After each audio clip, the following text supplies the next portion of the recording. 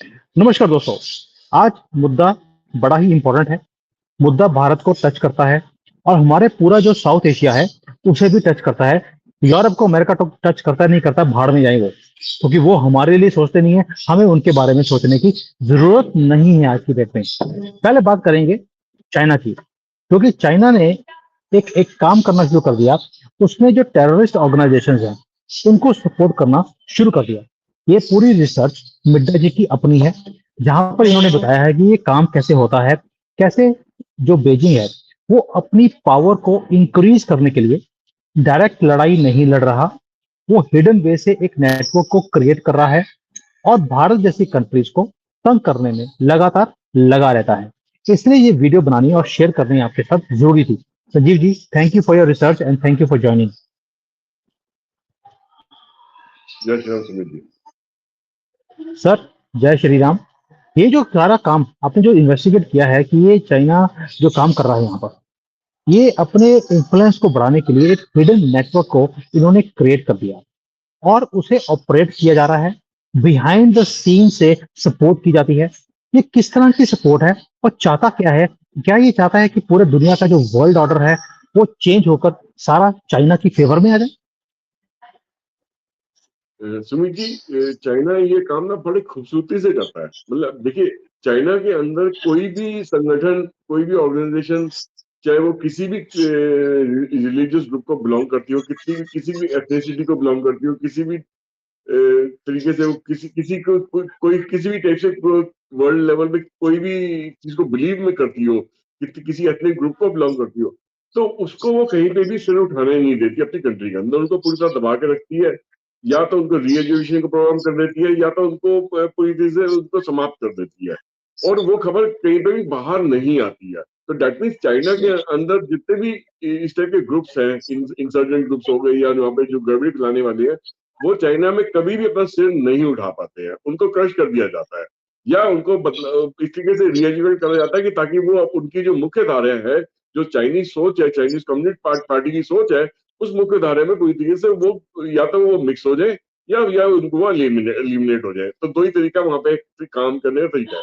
मगर चाइना पूरी दुनिया के अंदर अलग तरीके से काम करता है, अपनी अपनी ताकत को लोगों से मनवाने के लिए, या अपना जो पावर सेंटर है उसको बरकरार रखने के लिए। और दुनिया के अंदर इस तरीके से काम करता है कि ताकि वो लोग ये मान के चलेंगे आज की डेट में अगर कोई सुपर पावर है तो चाइना है, अमेरिका नहीं है। तो उस तरीके से वो अपने आप को एक सुपर पावर की तरह ही बिहेव करता है। देखिए, सुपर पावर का काम क्या होता है? बेसिकली सुपर पावर कहने से सुपर पावर नहीं होता, सुपर पावर की तरह बिहेव भी आपको करना पड़ता है, और चाइना वो उसको बहुत खूबसूरती से करने में कामयाब होता है। आज की डेट में चाइना दुनिया की नंबर 2 अर्थव्यवस्था है अमेरिका के बाद में।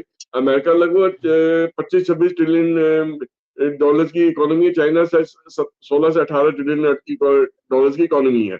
उसके बाद इतना बड़ा गैप है कि शायद वो तीसरे नंबर या चौथे नंबर या पांचवें नंबर की इकोनॉमी लगभग 3, 4, 5 या 6 ट्रिलियन तक मैक्सिमम आ पाती है। तो वो बहुत दूर है इनसे, तो नंबर 1 और नंबर 2 पे। तो चाइना का मकसद ये है कि किसी जमाने में रशिया, सोवियत यूनियन और यूएसए को नंबर 1 नंबर 2 पोजीशन में माना जाता था वर्ल्ड पावर्स में।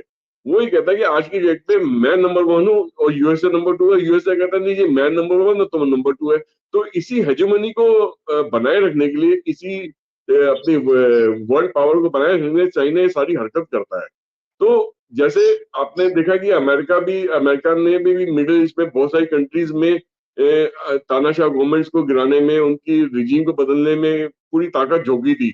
जैसे वो इराक में कामयाब हो गया, अफगानिस्तान में कामयाब हो गया, इजिप्ट में कामयाब हो गया, लीबिया में कामयाब हो गया। इसी तरीके से चाइना भी अपने आसपास के मुल्कों के अंदर वो पूरी इसी तरीके से ही काम करता है कि ताकि उसी की ताकत को माना जाए, उसी को सुपर पावर माना जाए, उसी की बात पे लोग मतलब सलाम करें उसे, उसको झुक के बात करे। वो एक जो अपनी हेजेमनी बनाए रखना चाहता है, उसके लिए सब कुछ भी करने को तैयार है। अब इसके पीछे क्या क्या काम हो रहे हैं सुमीत जी, थोड़ा सा उस बारे में मैं आपको बताना चाहूंगा। कि देखिए, चाइना ने एक अंदर ही अंदर एक शैडो नेटवर्क क्रिएट कर रखा है, जो कि आसपास की कंट्रीज में जाके उन लोगों में इस टाइप के जो संगठन है, जो मिशनरी ग्रुप्स है, जो टेररिस्ट ग्रुप है, जो जो ऐसे ग्रुप्स हैं जो कि कंट्री के अंदर कुछ लोग गड़बड़ी फैलाना चाहते हैं, उनके साथ वो कॉन्टैक्ट स्टैब्लिश करते हैं। कॉन्टैक्ट कौन इस्टेब्लिश करता है, इसके पीछे भी एक बहुत खास वजह है। देखिए, कोई ऐसा मुल्क दुनिया के अंदर नहीं है जहाँ पे नेगेटिव तरीके से लोग काम करने वाले नहीं होते, बदमाश जो होते हैं, जिनको डॉन्स कहा जाता है, जिनको मतलब जो कि हमेशा उल्टे तरीके से काम कर, स्मगलर्स जिनको कहा जाता है, जिनके अपनी दादागिरी, मतलब उनके पास दिमाग बहुत होता है मगर दिमाग गलत तरफ चलता है। एक तो हो गया कि एक दिमाग तेज है, वो साइंटिस्ट, इंसान साइंटिस्ट बन गया, उसने उसने कंट्री के लिए बहुत कुछ अच्छा काम करके दिखा दिया जिससे कंट्री का फायदा हो गया। दूसरी तरफ जो एक बदमाश होता है, दिमाग उसमें भी कमी नहीं होती है, वो उसका सिर्फ दिमाग चलता उस तरफ है कि जिस तरीके से वो बदमाशी करने में वो एक्सपर्ट बन जाए। तो दिमाग दोनों में है, एक इसको एक अलग तरीके से इस्तेमाल करता है, दूसरा उसको दूसरे तरीके से इस्तेमाल करता है। तो चाइना में भी इस तरह के लोग हैं, तो चाइना उनको कहाँ से इस्तेमाल, किस जगह इस्तेमाल करता है, तो चाइना उन लोगों को, उन्हीं उन्हीं के दिमाग को इस तरीके से ट्रेन करता है कि वो लोग इस तरह के संगठनों से जाके वो अपना कॉन्टैक्ट बनाते हैं, अंदर अंदर खुफिया तंत्र की तरह काम करते हैं, और वो उस दूसरे कंट्रीज में जाके जो उनकी फॉल्ट लाइन्स होती है, जो ऐसे ग्रुप्स होते हैं जो कंट्री के अंगेज जाने को तैयार होते हैं, उनसे मिलते हैं और उनसे ये कॉन्टैक्ट स्टैब्लिश करते हैं। चाइना उन लोगों के जरिए उनको हथियार देता है, उनको ट्रेनिंग प्रोवाइड करता है, उनको पैसा प्रोवाइड करता है कि भैया आप उन उन कंट्रीज में जिस तरीके से मैं चाह रहा हूँ उस तरीके से गड़बड़ी फैलाना शुरू कर दो। और उस तरीके से हमने देखा गया कि गड़बड़ी वो कई काफी जगह पे फैलाने में कामयाब भी हो गया होता है। अच्छा, जब वो जो कंट्री जहाँ पे गड़बड़ी फैल रही होती है, वो लोग जब इस पे आवाज उठाते हैं, यहाँ तक यूनाइटेड नेशंस तक में भी जाते हैं, तो वहां पे चाइना ऑलरेडी वहां पे उन लोगों को अपनी तरफ पहले से करके बैठा होता है कि देखिए, जब जब कोविड की बात उठी थी, जब ये प्रूव हो रहा था कि चाइना कोविड में इन्वॉल्व है, चाहे कोविड चाइना से ही निकल के आया है, तो यूनाइटेड नेशंस ने कितना जोर शोर से उठाने की कोशिश करी थी। तो यूनाइटेड नेशंस के जो हेड थे, उन्होंने एक किसी की बात नहीं सुनी, उन्होंने चाइना चाइना का फेवर करा। दैट मीन्स चाइना ने यूनाइटेड नेशंस तक में अपनी साठ गांठ बिठा के रखी थी। और जब भी, अब मैं एग्जांपल और देता हूँ, इंडिया ने जब पाकिस्तान के कोई वांटेड टेररिस्ट का नाम चाइना वहां पे इंटरनेशनल टेररिस्ट लिस्ट में घुसाने की कोशिश करी, तो चाइना सबसे पहले उसको आके ब्लॉक करता था यूनाइटेड नेशंस के अंदर, और उसमें कामयाब भी होता था। तो जो यूनाइटेड नेशन की जो टॉप लीडरशिप है, उसने कभी चाइना के अगेंस्ट जाके बोला नहीं कभी भी। तो इस तरह की तो पूरी उसने सांठगांठ उन देशों में भी बना के रखी हुई थी, उनकी फॉरेन लाइन्स के अंदर जहाँ पे गड़बड़ी फैलाता था उसने, और साथ में यूनाइटेड नेशन जैसी जगह में भी अपनी सांठगांठ उसने पूरी तरीके से बना के रखी हुई थी। तो इसमें सर काफी हद तक करने में कामयाब भी हुआ। देखिए, जो जो ये पूरा एक सिस्टम है जो उन्होंने बना के रखा है, उसमें दो तीन चीजें मैं और थोड़ा सा पूछना चाहता हूँ आपको। जैसे हमने देखा कि पाकिस्तान के टेररिस्ट हैं, उनको फाइनेंशियल एड दी जाती है यहाँ से, जो वहाँ के एक्सट्रीमिस्ट ग्रुप्स हैं, उन्हें ये बोला जाता है कि भी हम तो पाकिस्तान में डेवलपमेंट की असिस्टेंस देने के लिए पैसे दे रहे हैं। ऐसे ही इन्होंने तालिबान को भी पैसे देने शुरू कर दिए ह्यूमैनिटेरियन रिलीफ के नाम पर। लेकिन होता यही है कि आपने इस एरिया में गड़बड़ी करनी है। दूसरी तरफ से हमने देखा कि जो अभी टेररिस्ट आ रहे हैं भारत में, वो सारे के सारे उनके पास जो वेपन्स हैं, टेक्नोलॉजी है, इवन जो फोन सेट्स हैं, वो सारे के सारे चाइना से ही उनको दिए जाते हैं। यानी कि बड़ा ही डिप्लोम आपको नहीं लगता कि ये बड़ा सिस्टमेटिकली ये पूरा चीज किया जा रहा है, पैसा दिया जा रहा है, टेक्नोलॉजी दी जा रहे हैं, हथियार दिया जा रहा है, ऊपर से डिप्लोमेटिक प्रोटेक्शन भी है। यूनाइटेड नेशंस में वीटो पावर है, वो किसी को वहां पर डेजिग्नेट करने ही नहीं देता वहां पर एज अ टेररिस्ट। तो ये सारा जो सारा एक चीज है, ये तो एक बड़ी सोची समझी चाल है सर। सुमित जी, मैं इसको संज्ञा देता हूँ आर्ट ऑफ मैनिपुलेशन। मतलब ये बड़े बहुत खूबसूरती से इस चीज को मैनिपुलेट करता है चाइना। अब सपोज कीजिए कि मैं एक साहूकार हूं और आप एक बिजनेस करना चाह रहे हैं। अगर आप मेरे पास आते हैं या मैं आपके पास खुद जाता हूँ कि भैया तेरे को काम करना है तो मुझसे लोन ले ले, ठीक है ना। तो आप मुझसे लोन ले लेते हैं, फिर मैं आपको कहता हूँ कि तुम ये जो लोन है ना, तू अपनी फैक्ट्री को चलाने में इस्तेमाल करोगे आप। तो एक काम करना, जो तेरे को रॉ मटेरियल चाहिए वो भी मैं दे दूंगा, जो मैन पावर चाहिए तेरे को फैक्ट्री में काम करने की वो भी मैं दे दूंगा। अच्छा, जो तेरे को फैक्ट्री की जो कंस्ट्रक्शन करनी है वो भी मैं कर दूंगा, मेरी लोग कर देंगे। तो तेरे को किसी चीज की कोई जरूरत नहीं है, सब कुछ मैं तेरे को करके दे दूंगा, उसके बाद में फैक्ट्री तुम चला लेना। तो क्या हुआ कि चाइना ने भी कुछ इसी तरीके का जाल फंसाया उसको कंट्रीज में। सबसे पहले उनको लोन्स दिए, उनके पॉलिटिशियंस को करप्ट करा, उनको घूस दी, उनकी मिलिट्री स्टैब्लिशमेंट को करप्ट करा, उनको घूस दी, और अपने उस कंट्री में एक प्रोजेक्ट इंफ्रास्ट्रक्चर प्रोजेक्ट को डेवलप करने के लिए लोन दे दिया पहले, फिर उसपे अनाप शनाप इंटरेस्ट रेट चार्ज कर लिया कि मैं तुमसे इतना इंटरेस्ट रेट चार्ज करूंगा, फिर कहा कि इस प्रोजेक्ट को पूरा करने के लिए मेरे ही लोग तुम्हारी कंट्री में आके काम करेंगे, उनकी सिक्योरिटी में भी तुम पैसा खर्चो, फिर मेरी कंट्री से ही रॉ मटेरियल जाएगा, उसका भी तुम पैसा तुम पे करो, फिर मेरी कंट्री से ही थोड़ी टेक्निकल नो आ जाएगी, उसका भी पैसा पे करो, खुद लोन देके, हाई इंटरेस्ट रेट पे लोन देके, वही पैसा अपनी मैन पावर पे उनसे वापस ले लिया, वही पैसा रॉ मटेरियल के नाम देने पे वापस ले लिया, वही पैसा उस चीज को कंस्ट्रक्ट करने के लिए वापस ले लिया, तो सारा पैसा दे के वापस भी अपनी कंट्री में वापस ले लिया, अपने अपने ही लोगों से काम करवा के, और लोन फ्री का वहीं वहीं का वहीं खड़ा रहा और हाई इंटरेस्ट रेट पे खड़ा रहा। तो इस तरीके से क्या यस। हुआ कि उस कंट्री का जो लोन था वो धीरे बढ़ता चला गया, और पॉलिटिशियंस को वहां पे करप्ट करके वो लोन देते चले गए और इंफ्रास्ट्रक्चर प्रोजेक्ट्स पे इन्वेस्टमेंट करवाते चले गए। अल्टीमेटली क्या हुआ, उस कंट्री को मजबूरी में आके वो इंफ्रास्ट्रक्चर प्रोजेक्ट जो कुछ चाइना के नाम पे ही करने पड़ गए, भाई आप ही संभाल लो, आप ही देख लो क्या करना है इसका। फिर चाइना ने कहा इंफ्रास्ट्रक्चर प्रोजेक्ट को इस्तेमाल भी मैं करूंगा, इसमें गाड़ियां भी मेरी चलेंगी, इसमें लोग ही मेरे रहेंगे, सिक्योरिटी वाले भी मेरे रहेंगे, तो अपनी सिक्योरिटी के लोग भी उस कंट्री में घुसा दिए, जो कि बेसिकली वो सिक्योरिटी के लोग नहीं है, वो खुफिया खुफिया तंत्र के लोग हैं, जो उस कंट्री के पूरा छानबीन करके चाइना को बताते हैं कि भाई ये इनका रिसोर्सेज है, ये मैन पावर है, हम इसी चीज को यहाँ पे एक्सप्लॉइट कर सकते हैं।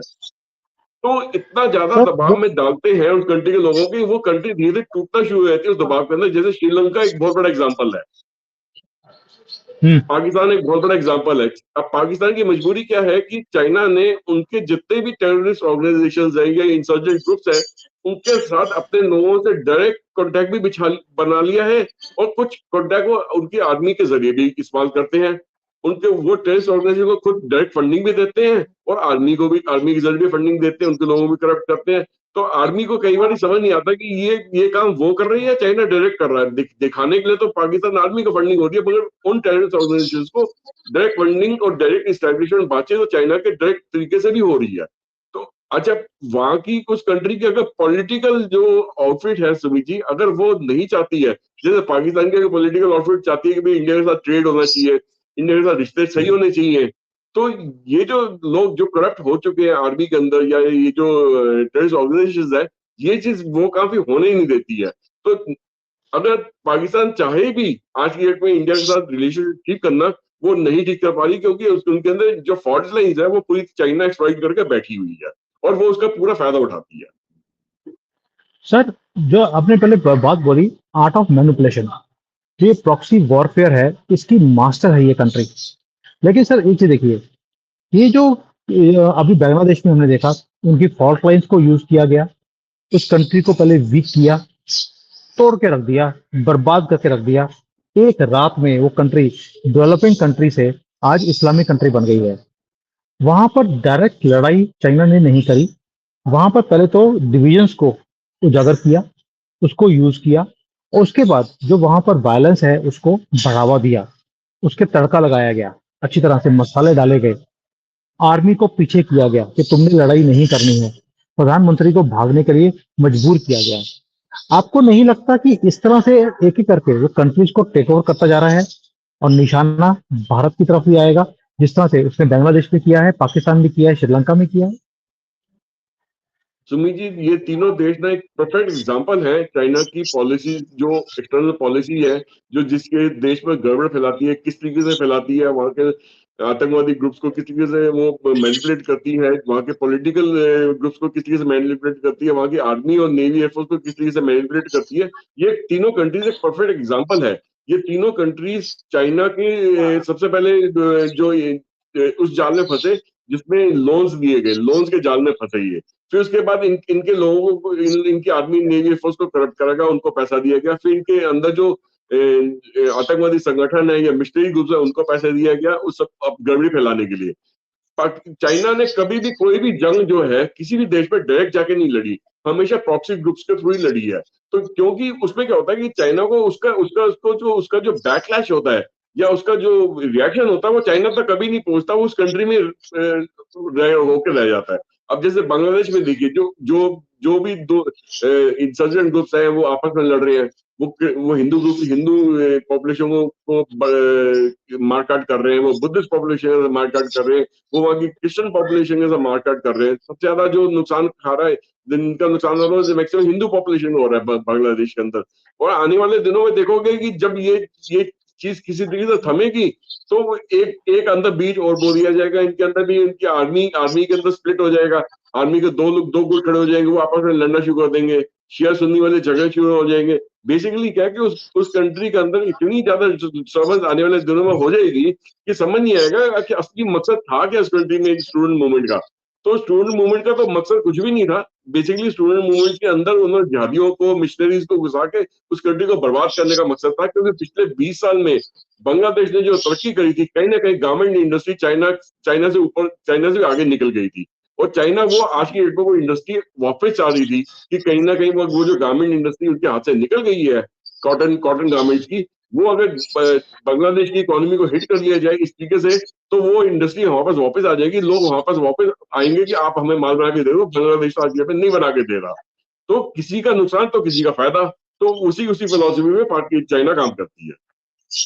सर देखिए जी, बताइए, जैसे मुसलमान हैं, वो एक कंट्री में जाते हैं, उसको पूरा टेक ओवर करते हैं, लोकल पॉपुलेशन को मार देते हैं। उसके बाद उसी की पॉपुलेशन को लेकर वो दूसरे कंट्री में जाकर चढ़ाई करते हैं। ये अपने कॉकरोचों की तरह कंट्री पर कंट्री ये फैलते जा रहे हैं। क्या आपको नहीं लगता कि वही सेम स्ट्रेटेजी वो चाइना भी कर रहा है? भाई पहले वो पाकिस्तान गए, टेक ओवर कर लिया, श्रीलंका गए, टेक ओवर कर लिया, मॉलडीव गए, टेक ओवर कर लिया, अफगानिस्तान को टेक ओवर की पूरी बात की जा रही है, बांग्लादेश आज टेक ओवर कर लिया है। तो आपको नहीं लगता अब जब भारत है, उसके आसपास की जितनी कंट्रीज हैं, उनको इन्होंने वैसे ही अपने साथ मिला लिया, और ये एक बहुत बड़ा खतरा भारत के लिए बन गया है, क्योंकि वहां पर डायरेक्ट इन्वॉल्वमेंट है चीन की, और वहां पर जो टेररिस्ट ऑर्गेनाइजेशन है उनको सपोर्ट है, हथियारों से भी, पैसों से भी, और पॉलिटिकल सपोर्ट भी है। आपको नहीं लगता ये सारा एक जो है बड़ी सोची समझी एक चाल है? जैसे मुसलमान अपने आप को स्प्रेड करते जा रहे हैं, जो रास्ते में आता है उसे रौंद कर वो आगे निकल जाते हैं। उनके रास्ते में सिर्फ दो ही कंट्रीज हैं जो जिन्होंने इस्लाम का स्प्रेड को रोका है, एक है इसराइल, दूसरा है भारत। यहाँ पर गजबे हिंद नहीं कर पाए, इसराइल में गजबे इसराइल नहीं कर पाए, इसलिए ये दोनों कंट्रीज खटकती हैं इनकी आंखों में। और चाइना ने इसलिए भारत के आसपास की सारी कंट्रीज को चूज करके एक ही करके गवर्नमेंट को अपने हिसाब से बनाया वहां पर, जिस तरीके से भी वहां पे गया है, डीआरए के चक्कर में झांसे देकर आज भारत को घेर लिया गया है। और स्ट्रेटेजी जो आर्ट ऑफ मैनिपुलेशन है, उसको खूबसूरती से उन्होंने इम्प्लीमेंट किया है through our corrupt politicians and media also. आपका कहना बिल्कुल ठीक है सुमीत जी। देखिए, चाइना का इन्फ्लुएंस सिर्फ इंडिया के आसपास देशों तक ही सीमित नहीं है। मिडिल ईस्ट के अंदर भी उन्होंने खूब गड़बड़ी फैलाई है, अफ्रीका के अंदर भी खूब गड़बड़ी फैलाई है। यहाँ तक कि मिडिल ईस्ट में जितने भी ग्रुप्स हैं जो इसराइल के अगेंस्ट आज लड़ रहे हैं, चाहे वो ईरान को सपोर्टेड है, मगर पीछे बैकिंग तो चाइना की है ना उनको भी। जितने भी हिजबुल्ला है या गाजा में है या और भी ग्रुप जितने भी मिडिल ईस्ट के अंदर है जो इसराइल के अगेंस्ट लड़ रहे हैं, कहीं ना कहीं उनको टेक्नोलॉजी की ट्रांसफर, आर्म्स की ट्रांसफर, पैसा पैसा का लेन देन जो है वो चाइना के जरिए भी हुआ है। चाहे फ्रंट फ्रंट पेज जो वो चाइना कभी नहीं बनी, वो पीछे से वो अपना को बड़ा भोला दिखाती है कि मैंने तो कुछ करा नहीं, मुझे नहीं पता कैसे हो गया। मगर कुछ गड़बड़ी होती है तो वन लाइन स्टेटमेंट दे देता कि ये चीज नहीं होनी चाहिए, नहीं होनी चाहिए, तो उसके लिए कुछ आगे सामना सामना के आप अपना रोल भी तो निभाइए। वो रोल नहीं निभाना, वन लाइन स्टेटमेंट देके वो अपना अपना पल्ला झाड़ लेते हैं उससे। तो सेम चीज इन्होंने अफ्रीका के अंदर करी। अफ्रीका के अंदर चाइना आज की डेट में डोमिनेट करता है, चाइना के सारे प्रोडक्ट्स वहां पे बढ़ चढ़ के बिकते हैं। मगर क्योंकि वो उस मार्केट में कोई और एंटर ना कर जाए, वो उसके लिए पूरी कोशिश करते हैं कि उस कंट्री की गवर्नमेंट को करप्ट कर दो। अगर करप्ट नहीं हो पा रही वो कंट्री की गवर्नमेंट, तो वहां के इंसर्जेंट ग्रुप्स को वहां पे पैसा देके उसी गवर्नमेंट के अंग्रेज को वो लड़ाई करवा देते हैं। वहां पे आर्मी से नरसंगा करवा देते हैं, एथनिक क्लीनिंग करा देते हैं। तो वहां पे बहुत ज्यादा गड़बड़ी फैलाई हुई है। तो अल्टीमेटली उस कंट्री की रूलिंग गवर्नमेंट को कुछ नहीं करना पड़ता, उनको उसको चाइना की हेजेमनी के आगे झुकना ही पड़ता है कि भैया ठीक है, आप जैसा कहते हैं हम वैसा कर लेंगे, भैया हम लोग यहाँ पे शांति बनाए रखो, हम लोग इतनी ज्यादा गड़बड़ी नहीं सह सकते, इतनी ज्यादा हिंसा नहीं सह सकते। तो वहां पे भी वो इस तरीके से गड़बड़ करने से पीछे नहीं हटते हैं। तो चाइना ने कभी भी खुद किसी भी देश में जाके डायरेक्ट झगड़ा खुद नहीं करा, सुमित जी, डायरेक्ट वॉर नहीं करी। उन्होंने हमेशा वहां के प्रॉक्सी ग्रुप्स को ही इस्तेमाल करके उस देश के अंदर गड़बड़ी फैलाने की कोशिश करी है। आपकी बात बिल्कुल ठीक है। आज की डेट में इंडिया पूरी तरीके से घिरा हुआ है इन जितने भी प्रॉक्सी ग्रुप्स हैं या मिलिटेंट ग्रुप्स हैं या टेररिस्ट ऑर्गेनाइजेशंस हैं जो कि इंडिया के अगेंस्ट हॉस्टाइल हैं। यहाँ तक कि जो मिलिट्रीज भी हैं बांग्लादेश और पाकिस्तान की, वो भी इंडिया के अगेंस्ट हॉस्टाइल हैं। मगर अब समय आ गया है कि जिस तरीके से चाइना ने अपना खेल जो खेला है अंदर ही अंदर बैकडोर में बैठ के अपने अपने अपने अपने देश के ऑफिस में बैठ के वो कोजी एनवायरनमेंट में बैठ के दूसरे देश में गड़बड़ी फैलाई है। वो इंडिया भी वो ऐसा काम करने में सक्षम है सोनीची। बट यही है कि इनको अपनी विल पावर दिखानी पड़ेगी। क्या वही फॉल्ट लाइन्स है उन देशों में जिसको चाइना एक्सप्लॉइट कर सकता है, उसके अलावा कोई दूसरी फॉल्ट लाइन्स नहीं है? 100% दूसरी और फॉल्ट लाइन्स है। उन फॉल्ट लाइन्स को इंडिया जानती भी है क्या है। उनको एक्सप्लॉइट इंडिया को इमीडिएटली करना पड़ेगा, वॉर फुटिंग पे करना पड़ेगा अगर इंडिया चाहती है कि ये जो जंग है उसके देश के अंदर न एंटर करे। अदरवाइज वो जल्द से जल्द इस पर कोई एक्शन नहीं लेती है अगले 6 महीने साल के अंदर, उसको उस पर जो जिस भी तरीके से उसका रिएक्शन आना चाहिए या जिस भी जो भी रिजल्ट इंडिया चाह रही है वो अगर सामने रिजल्ट देखना चाहती है उसके फेवर में, तो वॉर फंडिंग पे काम करना पड़ेगा उन उन फॉल्ट लाइन्स को एक्सप्लॉइट करने के लिए, उन कंट्रीज में और गुटबाजी फैलाने के लिए, उन कंट्रीज में आपस में झगड़ा करवाने के लिए या पॉलिटिकली उनको आइसोलेट करने के लिए, डिप्लोमेटिकली आइसोलेट करने के लिए, कुछ ना कुछ उनको जरिया इकोनॉमिकली आइसोलेट करने के लिए अगर इंडिया पे उसका उसका नेगेटिव इफेक्ट आना शुरू होता है तो जब तक नेगेटिव इफेक्ट नहीं आ सर रहा तब तक तो इंडिया शांत होकर बैठ सकती है। मगर लॉन्ग टर्म में मुझे नहीं लगता कि वो इंडिया शांत होकर बैठ पाएगी। इंडिया को इस एक्शन तो लेना ही पड़ेगा। सर ये तो मुझे समझ आ गया। लेकिन हम भारत में हमारा जो सनातन की इकोनॉमिक्स है उसमें या हमारा जो सनातन का बिलीफ सिस्टम है उसमें बोलते हैं कि जब किसी के लिए खड्डा खोदते हैं तो खड्डे में अब खुद भी गिरते हैं। अब चाइना जो सारे कंट्रीज के लिए खड्डा खोदता जा रहा है, आपकी जो एस्ट्रोलॉजिकल प्रोडिक्शंस हैं वो क्या कहती हैं कि जो चाइना आज की डेट में कर रहा है, क्या वहां पर अब कोई बैकलैश कोई होगा? कोई चाइना को कोई आइसोलेट किया जाएगा या कुछ तो करना पड़ेगा पूरी दुनिया को मिलकर। जैसे अभी आज की ही न्यूज है, जो हॉलैंड के जो प्रधानमंत्री हैं वो अमेरिका में जाकर गुहार लगा रहे हैं, सानू बचा लो। जो इस्लामिक लोग हैं इन्होंने हमारी कंट्री को टेक ओवर करना शुरू कर दिया है। यानी कि वहां पर मुहिम शुरू हो गई है इन कॉकरोचों के खिलाफ। अब क्या चाइना के खिलाफ भी सभी दुनिया मिलकर कोई ऐसा रेफरेंडम नहीं निकाल सकती? ये चीजें तो ओपन में आ गई हैं। जो कुछ ये कंट्रीज के साथ कर रहे हैं, जो कुछ बांग्लादेश में पाकिस्तान में किया है, कल को भारत में करने की इनकी आशंका है। एस्ट्रोलॉजिकल प्रोडिक्शन क्या कहती है? सुमित जी, मैं टोटल चाइना के बारे में आपको कुछ बातें अब विस्तार में बताने जा रहा हूँ कि मुझे जो कुछ होता हुआ नजर आ रहा है आने वाले भविष्य में। सबसे पहले तो ये है कि देखिए पूरी दुनिया इस चीज से तंग आ गई है। चाइना आज की डेट पे जो कर रहा है अपनी दादागिरी पूरी दुनिया के अंदर फैला के बैठा है। इसने अपने दोस्त कम बनाए हैं, दुश्मन ज्यादा बनाए हैं। और ऐसे ऐसे हम्म। दुश्मन बनाए हैं जो कि इसके बॉर्डर में बैठे हुए हैं। चाहे वो साउथ ईस्ट एशिया की सारी कंट्रीज ले लो जहाँ पे ये दादागिरी करी हुई है, चाहे इंडियन सब कॉन्टिनेंट ले लो, ठीक है ना, यहाँ तक कि आपका जो वेस्टर्न यूरोपियन कंट्रीज हैं वहां पे भी देख लो। यहाँ तक कि चाइना ने रशिया के साथ पैक करने के बाद उसके पीठ पे भी छुरा भोगने भोगने की कोशिश करी बेलारूस के अंगेज जाके, जो कि बेलारूस रशिया का सबसे स्ट्रॉन्ग सपोर्टर रहा है। उसके अंगेज वो आज की डेट में अपनी टोटल ट्रेड बेलारूस के साथ बंद करके बैठ गया है कि मेरी बात मानेगा तो तेरे साथ धंधा करूंगा, अदरवाइज नहीं करूंगा। तो कहीं ना कहीं पे उसने उसने रशिया को भी बैकस्टैप कर दिया है सुमित जी। तो आने वाले दिनों में मुझे जो चीज नजर आती है कि जैसे जैसे टाइम आगे बढ़ेगा तो मुझे लगभग अगले साल के अंदर कभी भी एक ये हरकत हो सकती है, क्योंकि मुझे अगले साल के मिड पीरियड के बाद में जो चीज होती नजर आ रही है उसमें यह है कि जिस तरीके से इस वक्त चाइना की इकोनॉमी दिन पे दिन नीचे गिरती चली जा रही है, अगले साल के तक बहुत ज्यादा प्रेशर इन पे आ जाएगा और अंदर ही अंदर आवाजें उठनी शुरू हो जाएंगी चाइना के अंदर अलग अलग ग्रुप्स के द्वारा।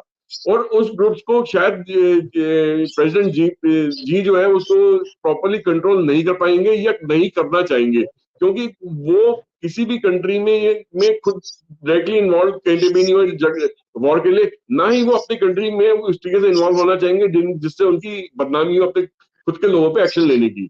और तो उस स्टेज पे कुछ मुझे ऐसा होता नजर आ रहा है कि शायद एक दिन हमें एकदम से ऐसी न्यूज कुछ आए कि जिनपिंग को उसके पास शायद देखा ही ना जाए।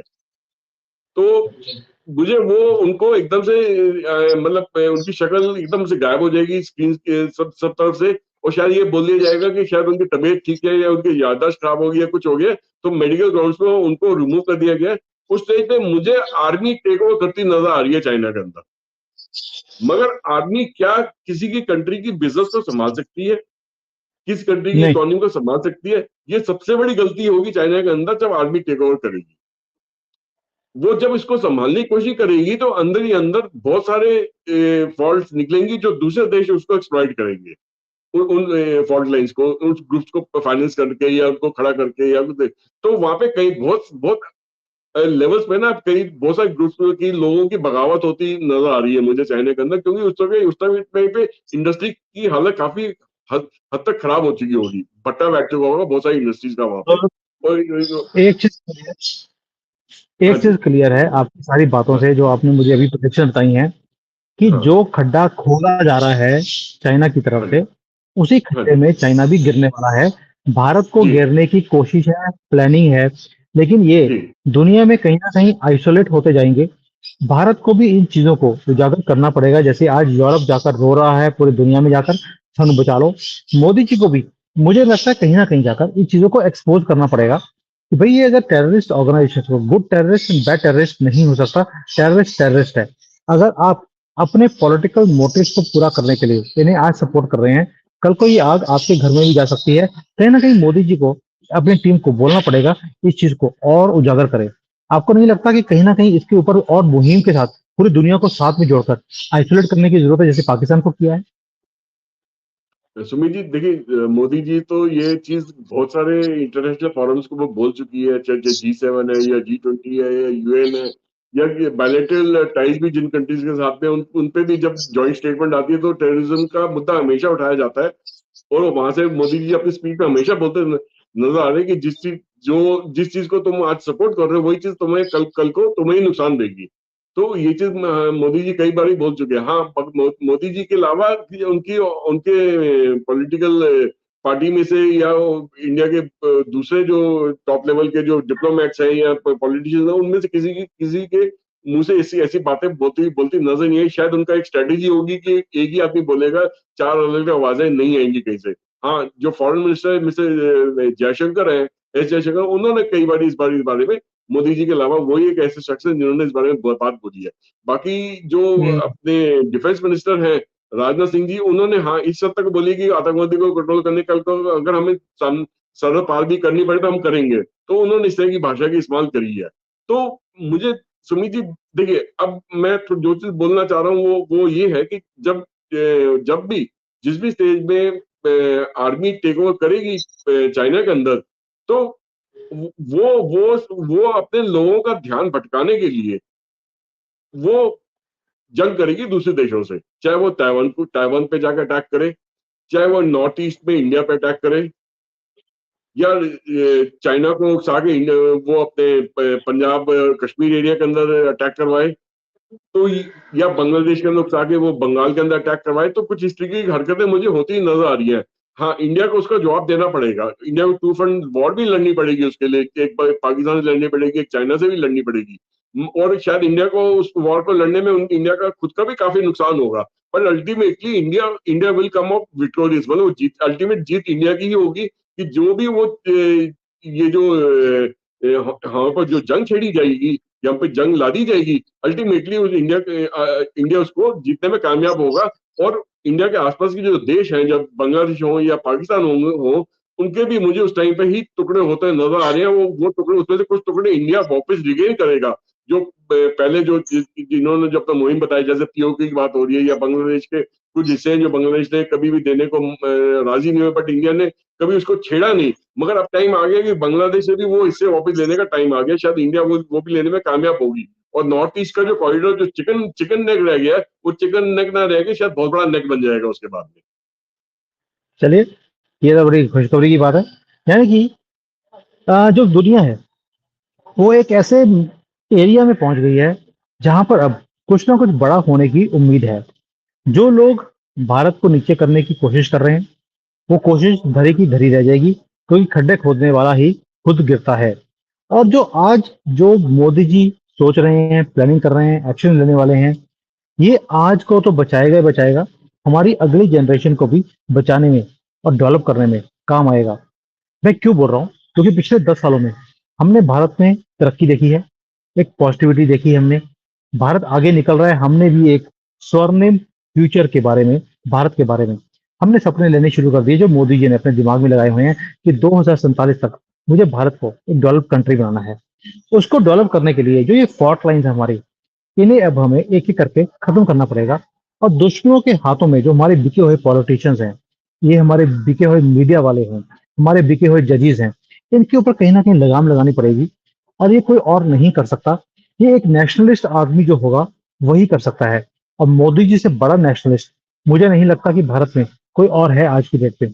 आप बोल सकते हैं योगी जी हैं, लेकिन योगी जी के बाद सुमित जैन और संजीव मिड्ढा जी भी हैं, तो उनकी सर्विसेज भी वो ले सकते हैं। बिल्कुल फ्रीली अवेलेबल हैं गवर्नमेंट के लिए। भारत के लिए हम कुछ भी करने को तैयार हैं और करते भी रहेंगे। सर, आपकी ये पूरी इन्वेस्टिगेशन जो थी, जिसे डिटेल में आपने समझाया है, आज मजा आ गया। क्योंकि कई चीजें ऐसी हैं जो जो एक भीड़ है न्यूज की, उसके अंदर ये छुपा दी जाती हैं जानबूझकर कि क्या कुछ हमारे बॉर्डर पे हो रहा है, क्या कुछ हमारे कंट्री के खिलाफ हो रहा है। जानबूझकर इसे स्प्रेड नहीं करने दिया जाता, क्योंकि पैसे लेकर ये अपना मुंह बंद कर लेते हैं। लेकिन हम उसमें से नहीं आते हैं। आपने बहुत ही सटीक जानकारी दी है, थैंक यू सो मच। इसके ऊपर ऐसे ही और हम डिटेल्ड इन्वेस्टिगेशंस कर कर हम चीजों को सामने लेकर आएंगे। और जो सुन रहे हैं, आपके आपके लिए भी एक मैसेज है। अगर आपको लगता है कि कोई ऐसे मुद्दे हैं जो हमें टच करने चाहिए, हमें कवर करने चाहिए, प्लीज हमारा ईमेल आईडी नीचे दिया हुआ है, आप मैसेज भेजिए।